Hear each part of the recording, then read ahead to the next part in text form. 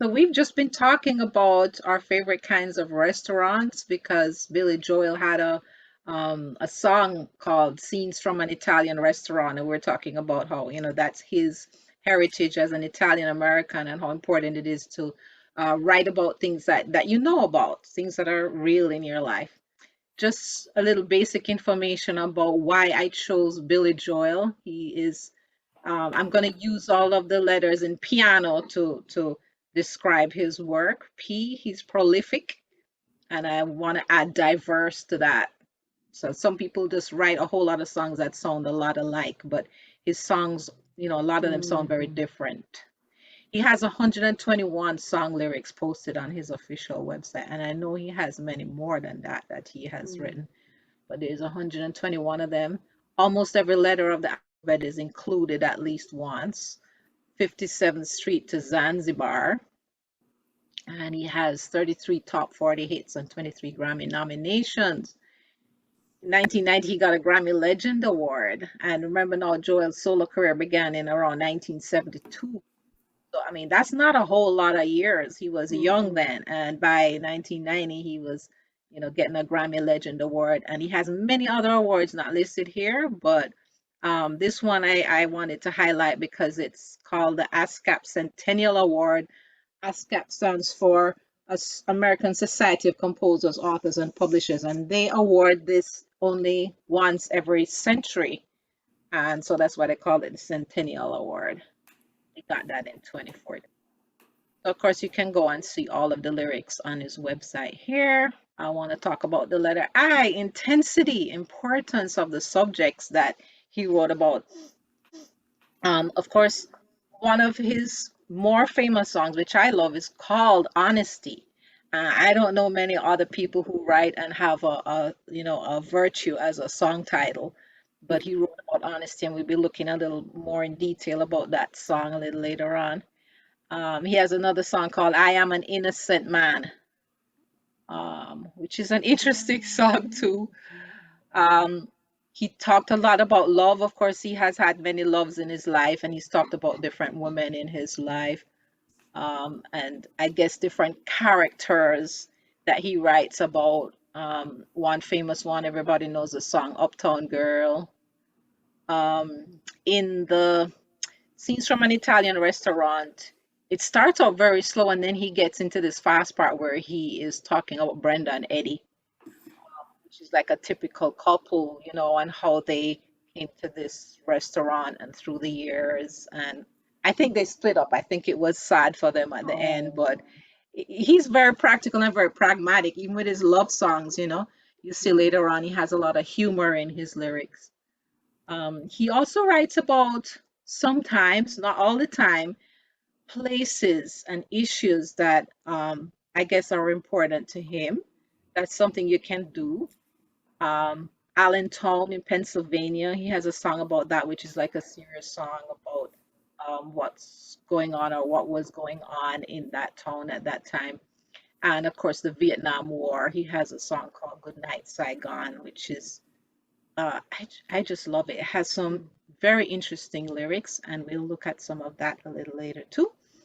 And he has a lot of songs with names of women and men. So there's Josephine, Lena, James, Christy Lee, Laura, and Mhm. Anthony's song, which is Moving Out, which is another song that I really like. A is for amusing. I find a lot of his lyrics quite amusing. And they're very frank and very sort of homely. He doesn't use a lot of big words. It's just like normal conversation, almost like he's talking to you a lot of the time. I don't want clever conversation. I never want to work that hard. And everybody knows where that line comes from. One of my favorite songs. I love you just the way you are. Exactly, yes. And that got a Grammy nomination, and we'll see that later on too. Um, just when I ought to relax, I put my foot in my mouth. So, do you know that one? I know the line. I'm trying to remember the rest of the song. Which song is that again? Janice, you know that one? I don't. Let's continue, and you can see if you remember it. You're so ahead of yourself that you forgot what you need. I don't. I He don't has know. some really interesting things. I don't know if he heard this somewhere, if he made it up, but I found that quite interesting. This is about a character and it's in a song that I had not really known before I started researching this. This next one you'll all know. You may be right, I may be Everybody knows. crazy, but it just may be a Just may be lunatic a you're looking lunatic for. you're looking for. Yeah, that's him.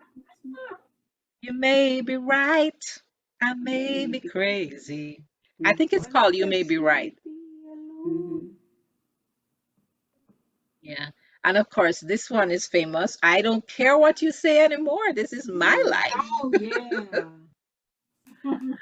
Oh, I love that song too. Go ahead, live your own life, leave me alone. Mm-hmm. And this last one I have here, it's a fact of life now. A man and wife work full time to just get by. And that's so true. Mhm. I mean, it used to be when he was growing up that, the man had a certain role and the wife had a certain role. And Yeah. of course, there's pros and cons to that. But, just to think that nowadays people need to have two full-time jobs just to get by. Yeah. Just when I ought to relax, I put my foot in my mouth is from Leave a Tender Moment Alone. Ah, yes. Leave a tender moment. Leave it alone. So N is for nuance. So although he does have mostly very plain language, sometimes when he comes up with a metaphor, it's really interesting.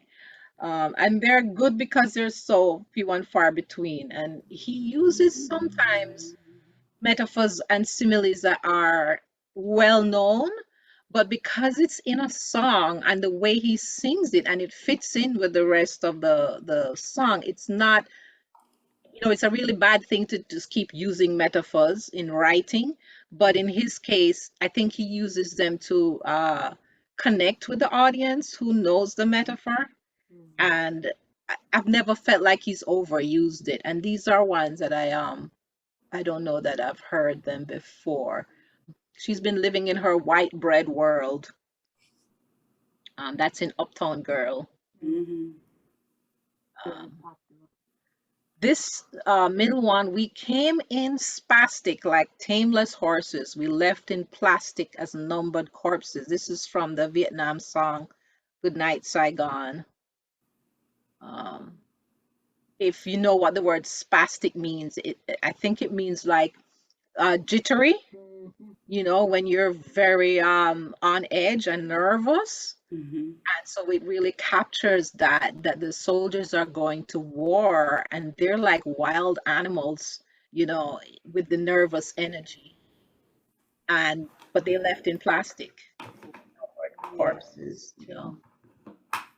It's just a minor variation. It's from a kind of a song about being depressed. And it's a kind of play on his his music. Usually pop music is in major keys, and if it goes into minor, it always tends to resolve to major because you don't want to have a really sad song that just ends up totally sad and hopeless most of the time. So just as in his playing, where he'll have a minor variation as he plays, he's saying to himself that this is not gonna last forever, this depression that he's in. So I really liked that nuance there.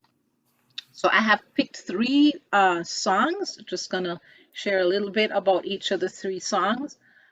So always for original, and I really find his work very original. This song, as I mentioned, Honesty, is, I don't know, maybe I can find, if I search it, some other songs that are virtues. If you search for tenderness, it isn't hard to find. You can have the love you need to live, but if you look for truthfulness, you might just as well be blind. It always seems to be so hard to give. And I love that the way that flows. The tenderness and the truthfulness, they both start with T and they have the same number of syllables. They Mhm. scan together. Mhm. They're not simple words, they're longish words, but you know, I just like the way he phrased that. And you usually say it always seems to be so hard to find. But Yeah. he says it, and then that would have rhymed with blind, but he's Mhm. rhyming give with live there. Always Oh, seems to yeah. be so hard to give. I always say when I'm singing. Uh-huh. Oh, Yeah. really? Mhm. That's I've interesting. never noticed that it's give. Honesty is such a lonely word. Everyone is so untrue. Honesty is hardly ever heard, and mostly what I need from you.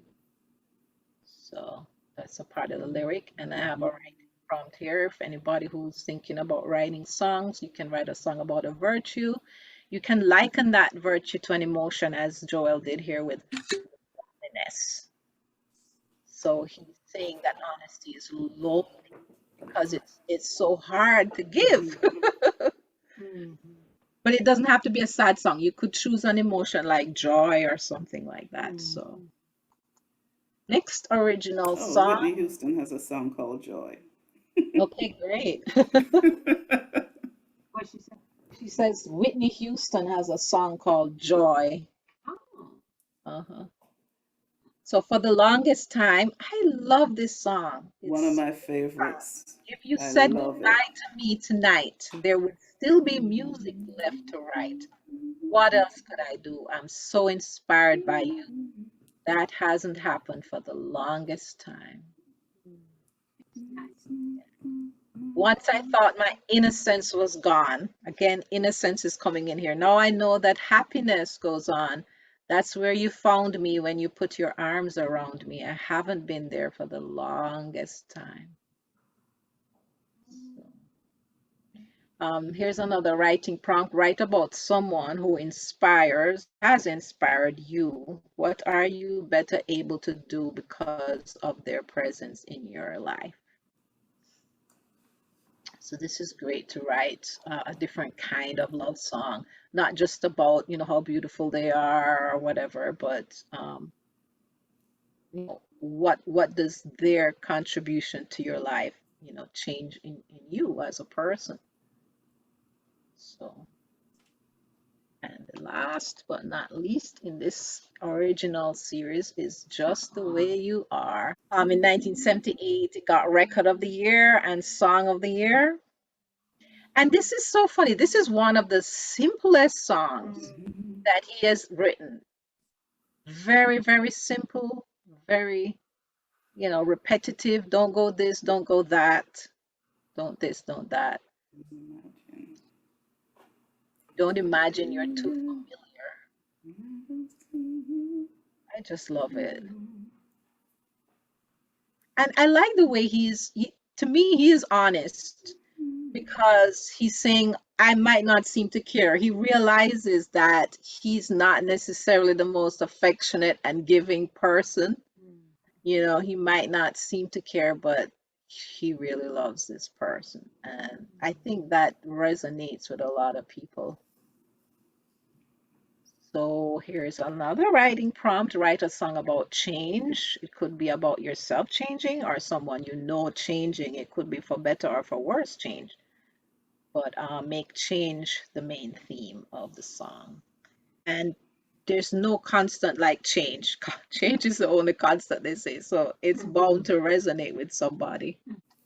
I think at the end here, I have some more ideas from listening and reading Billy Joel's lyrics. You could write a song about an ex-husband, ex-boyfriend, but what can you say about their positive qualities while still showing and not telling that you are no longer together? Write a song about a favorite restaurant. Write a song about a surprising conversation you had with someone you thought you knew well. Um, Billy Joel has some really conversational kind of lyrics. He has a song that starts something like, "Oh, got a call from an old friend. We used to be real close. Said he couldn't go on the American way. Sold his house, something, bought a ticket to the West Coast. Now he's doing a stand-up routine in LA." So a lot of writers, and I've known quite a few because I've talked to people who write poetry and novels as well. will use snippets of conversation in their work, and it makes it more realistic because you're talking something that someone actually would have said to you. You could also write a song about the place you grew up.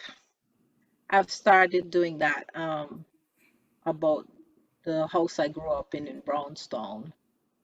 So I'm not near to finishing it yet, but you can choose an emotion you associate with that place and stick to that emotion, even if you've moved on. So it could be sad, it could be very sad that you had sad times in that place. And even if you're no longer sad, um, it might be a good thing to keep the song in that vein. Mm. Um, just an idea. And these ideas that I put down here, I had from last month, but some of them are new actually. You can start with just a verse or chorus or even a hook, just something you heard, a repeatable phrase.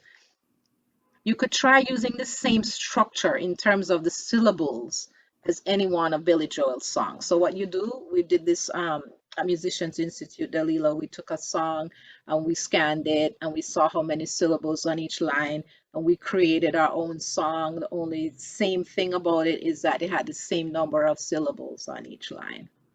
So that's another way to get started.